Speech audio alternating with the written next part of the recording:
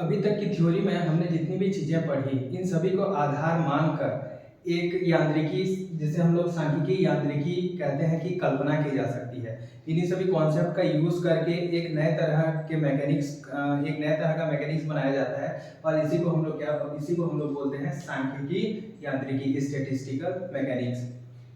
तो ये जो स्टैटिस्टिकल मैकेनिक्स होता है हम लोग का, ये जो है कुछ अभिकल्पनाओं पर आधारित होता है। ठीक है, जैसे कि थर्मोडायनेमिक्स में जो सूक्ष्म स्तरीय गुण होते हैं, सूक्ष्म स्तरीय गुणों जैसे कि किसी दिए गए आयतन एवं ताप पर किसी निकाय की ऊर्जा ज्ञात करनी हो, या दीवार, क्योंकि जो निकाय जिन भी दीवारों से घिरा हुआ है उन दीवार पर निकाय के कण जो है एक बल आरोपित करेंगे, जिसे हम लोग दाब कहते हैं। ठीक है, वो दीवारों पर आरोपित करने, निकाय द्वारा जो दीवार पर जो दाब आरोपित किया जाएगा उसका कैलकुलेशन करना हो, या विभिन्न ऊर्जा परास, एनर्जी रेंज और वेलोसिटी रेंज में, वेग परास में जो है वो कणों की संख्या ज्ञात करनी हो। ठीक है, इन सभी के लिए जो है हम लोग कुछ अभिकल्पनाएं करते हैं। स्टैटिस्टिकल मैकेनिक्स में जो है वो कुछ अभिकल्पनाएं करते हैं, जिनको आधार मानकर ये इन सब चीजों का जो है वो कैलकुलेशन किया जाता है। जैसे कि क्या क्या कैलकुलेशन किया जाता है, एक बार फिर देख लेते हैं। किसी दिए गए आयतन तथा ताप पर निकाय की संपूर्ण ऊर्जा ज्ञात करनी हो, या दीवार पर निकाय द्वारा जो दाब आरोपित किया जाता है वो ज्ञात करना हो, या विभिन्न ऊर्जा परास, एनर्जी रेंज और विभिन्न वेलोसिटी रेंज में कणों की संख्या ज्ञात करनी हो, सूक्ष्म अवस्थाओं की संख्या ज्ञात करनी हो, कणों का वितरण ज्ञात करना हो। तो इसके लिए हम लोग कुछ अभिकल्पनाएं करते हैं, स्टैटिस्टिकल मैकेनिक्स में कुछ अभिकल्पनाएं करते हैं, और जिसको आधार मानकर ये सभी चीजें जो है वो कैलकुलेट की जाती हैं, इन सभी चीजों की जो है वो गणना की जाती है। ठीक है, तो स्टैटिस्टिकल मैकेनिक्स में ये अभिकल्पनाएं क्या क्या है। सबसे पहला और जो महत्वपूर्ण अभिकल्पना है वो कला आकाश की कल्पना, कॉन्सेप्ट ऑफ फेस स्पेस।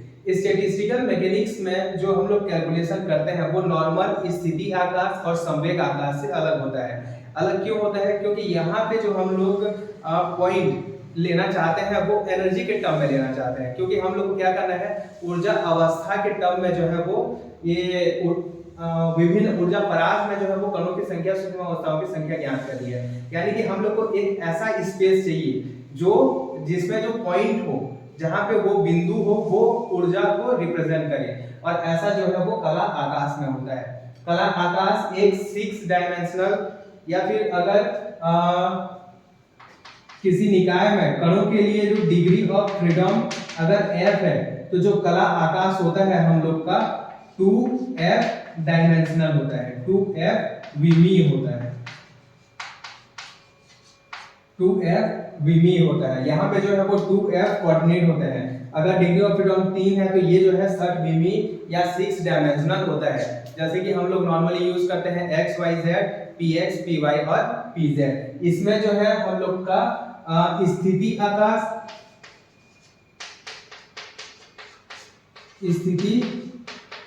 आकाश और साथ ही साथ संवेग आकाश भी होता है। ठीक है, संवेग आकाश भी होता है। यहाँ पे जो कोऑर्डिनेट होते हैं वो उसमें स्थिति के कोऑर्डिनेट x, y और z होते हैं, और संवेग के कोऑर्डिनेट px, py और pz होते हैं। ठीक है, क्योंकि जो हम लोग की जो ऊर्जा होती है वो दो चीजों पे डिपेंड करती है, गतिज ऊर्जा और स्थितिज ऊर्जा। और जो गतिज ऊर्जा होती है वो मोमेंटम पे डिपेंड करती है, जो स्थितिज ऊर्जा होती है वो हम लोग का ये कोऑर्डिनेट पे डिपेंड करती है, कोऑर्डिनेट पे डिपेंड करती है। ठीक है, इसलिए हम लोग जो स्टैटिस्टिकल मैकेनिक्स में जो कैलकुलेशन करते हैं वो सभी कैलकुलेशन जो है वो कला आकाश में या फेस स्पेस में की जाती है। ठीक है, ये जो है एक कला बिंदु को रिप्रेजेंट करता है, और एक जो कला बिंदु होता है वो एक पॉइंट को क्या बोलते हैं, एनर्जी के एक वैल्यू को जो है वो रिप्रेजेंट करता है। उसके बाद आता है कला आकाश को कला कोष्ठिकाओं में बांटना, division of phase space into phase cells. जो हम लोग का कला आकाश होता है उसे हम लोग क्या करते हैं, छोटे छोटे कला कोष्ठिकाओं में जो है वो विभाजित कर देते हैं। ऐसा क्यों करते हैं?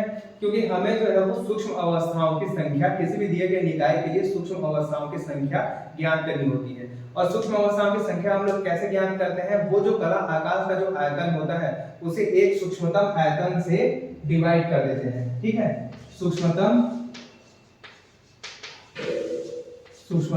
आयतन, हर जो कला आकाश होता है उसका क्या होता है? एक सूक्ष्मतम आयतन होता है। जैसे हम लोग का जो अगर डिग्री ऑफ फ्रीडम f है तो जो सूक्ष्मतम आयतन होगा, अगर डिग्री ऑफ फ्रीडम f है तो जो सूक्ष्मतम आयतन होता है वो होता है h0 to the power f। इसी को हम लोग 3D में क्या लिखे थे?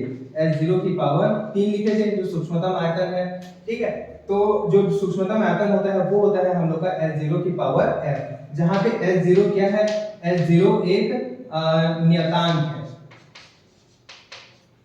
एक स्वेच्छ नियतांक है। ठीक है, और इसकी विमाएं क्या होती हैं? इसकी विमाएं होती हैं लंबाई गुणित संवेग की विमाएं। ठीक है, लंबाई गुणित संवेग, या हम लोग बोल सकते हैं इसकी जो विमा होती है वो होती है ऊर्जा गुणित समय। ठीक है, इसका जो मात्रक है वो लंबाई गुणित संवेग का मात्रक भी हो सकता है और ऊर्जा गुणित समय का मात्रक भी हो सकता है। ठीक है, जूल इनटू सेकंड। सामान्यतः हम लोग इसके लिए जो है वो ऊर्जा गुणित समय का मात्रक का यूज करते हैं, जूल सेकंड। आगे हम लोग देखेंगे क्वांटम सांख्यिकी में ये जो कांस्टेंट है वो प्लांक कांस्टेंट हो जाएगा h, और उसका वैल्यू कितना होता है? 6.6 × 10⁻34 joule second, joule into second, ऊर्जा गुणित समय। ठीक है, तो यहाँ पे जो है ये h0 एक नियतांक होगा, h0 जो होगा वो एक नियतांक होगा, और इसी के टर्म में जो है हम लोग क्या करेंगे? कला आकाश को जो है वो कला कोष्ठिकाओं में विभाजित करेंगे। जो सबसे सूक्ष्मतम जो कला कोष्ठिकाएं होती हैं उनका जो आयतन होता है वो कांस्टेंट होता है, फिक्स होता है, और कितना होगा? h0 की पावर या h0 की पावर 3, अगर हम लोग का जो स्पेस है वो 3 डायमेंशनल है तब। ठीक है, तो ये जो है एक बहुत ही इंपॉर्टेंट कॉन्सेप्ट है, और इससे हम लोग क्या निकालते हैं? सूक्ष्म अवस्थाओं की संख्या निकालते हैं। ठीक है, सांख्यिकी की तीसरी और सबसे महत्वपूर्ण जो अभिकल्पना है वो है सांख्यिकी समुदाय बनाना। कला आकाश में हम लोग किसी एक निकाय को न लेकर निकायों का एक समूह लेते हैं, और निकायों के इस समूह को हम लोग क्या बोलते हैं? समुदाय बोलते हैं, जो स्थूल स्तरीय तौर पर एक समान होते हैं, आइडेंटिकल होते हैं, लेकिन सूक्ष्म स्तरीय गुणों में जो है वो भिन्नता होती है। सूक्ष्म स्तरीय गुण भिन्न कैसे होते हैं? यहाँ पे जितने भी अभिगम्य सूक्ष्म अवस्थाएं होती हैं, एसेसिबल दिए गए कुछ प्रतिबंध दिए गए होंगे, उन प्रतिबंधों के अंतर्गत कुछ ही अवस्थाएं जो है वो संभव होंगी, सभी अवस्थाएं संभव नहीं होती।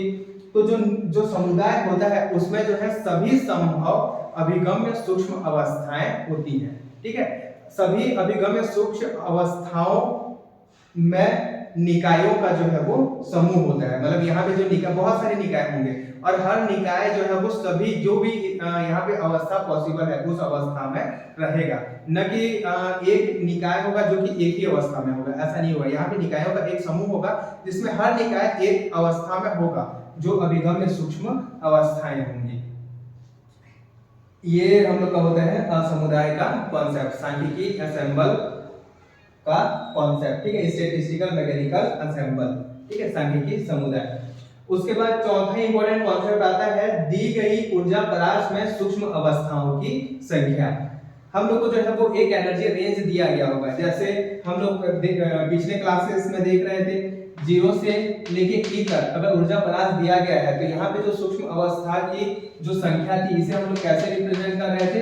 पाई E से रिप्रेजेंट कर रहे थे, और इसका वैल्यू क्या आता था? संपूर्ण आयतन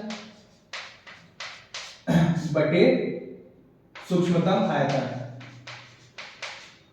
ये संपूर्ण आयतन बटे सूक्ष्मतम आयतन। ठीक है, ये आ रहा था हम लोग का किस ऊर्जा परास 0 से E में। ठीक है, फिर हम लोग देख रहे थे कि ऊर्जा परास E से E प्लस DE में अगर हमें सूक्ष्म अवस्थाओं की संख्या ज्ञात करनी है तो इसे हम लोग बोलते हैं ओमेगा E। ओमेगा E से रिप्रेजेंट करते हैं, और ये क्या बताता था? E से DE में, E से E प्लस DE में सूक्ष्म अवस्थाओं की संख्या बटे सूक्ष्मतम आयतन H0 का क्यूब। इस तरह से जो है हम लोग निकालते हैं, ठीक है। तो सूक्ष्म अवस्थाओं की संख्या ज्ञात करना बहुत ही महत्वपूर्ण है सांख्यिकी में, ठीक है। आगे हम लोग देखेंगे कि ये जो सूक्ष्म अवस्थाओं की संख्या है उससे हम लोग एंट्रोपी का वैल्यू निकालते हैं, और यही जो एंट्रोपी होती है वो ऊष्मागतिकी और सांख्यिकी के बीच में एक कड़ी का काम करती है।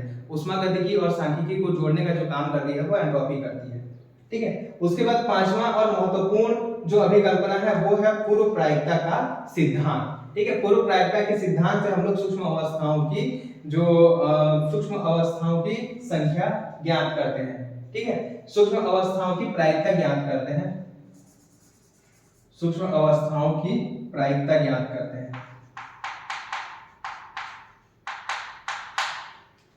सूक्ष्म और इसमें जो पूर्व प्रायिकता का सिद्धांत होता है इसमें दो महत्वपूर्ण पॉइंट होते हैं। पहला पॉइंट क्या होता है कि किसी स्थूल अवस्था में, किसी स्थूल अवस्था के लिए जो सूक्ष्म अवस्थाएं होंगी, सूक्ष्म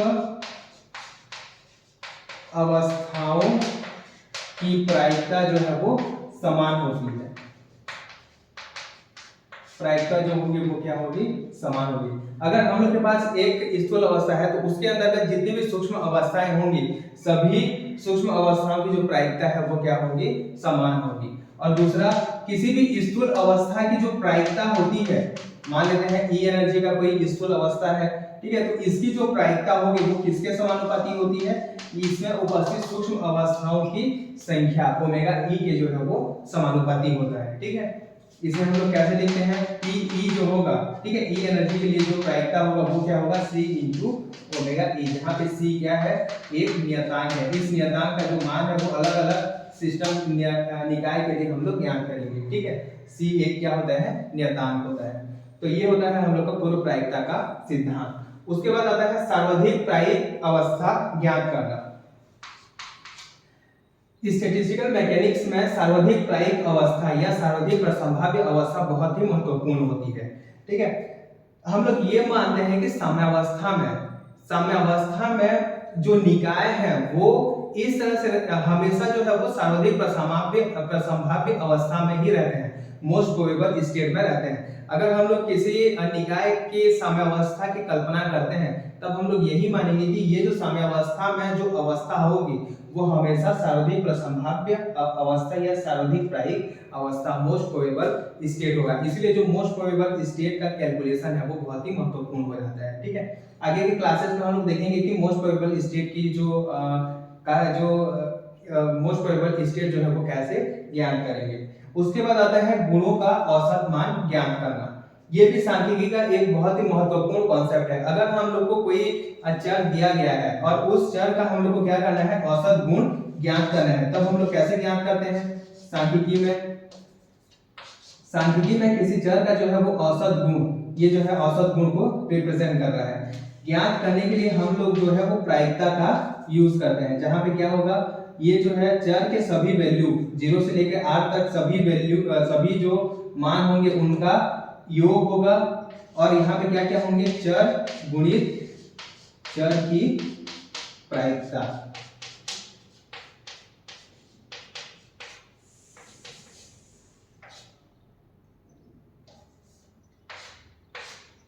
जिस भी चर का हम लोग को, जैसे एनर्जी का, ठीक है, अगर एनर्जी का हम लोग को एवरेज वैल्यू ज्ञात करना है तब हम लोग क्या करेंगे, आर ले लेंगे, ई आर ऊर्जा अवस्था में एनर्जी, और आर ऊर्जा अवस्था में उस एनर्जी के लिए प्रायिकता पी आर ज्ञात कर लेंगे, और इनके सभी मान को दोनों को गुणा करके क्या कर देंगे, जोड़ देंगे, ठीक है। तब हम लोग को जो है वो औसत मान मिल जाएगा। तो सांख्यिकी में जो है हम लोग औसत वैल्यू या एवरेज वैल्यू जो है वो इस तरह से कैलकुलेट करते हैं, ठीक है। इन सभी के बारे में हम लोग जो पुराने क्लासेस हैं उनमें जो है वो डिटेल में पढ़ चुके हैं। इन सभी के बारे में डिटेल में जानने के लिए आप लोग पुराने वीडियोस देख सकते हैं, ठीक है। बाकी एक पर्टिकुलर क्वेश्चन जो पूछता है फंडामेंटल पोस्टुलेट ऑफ स्टैटिस्टिक्स, सांख्यिकी यांत्रिकी की मूल अभिकल्पनाएं, इसमें जो है ये आप लोग को लिखना है, ठीक है।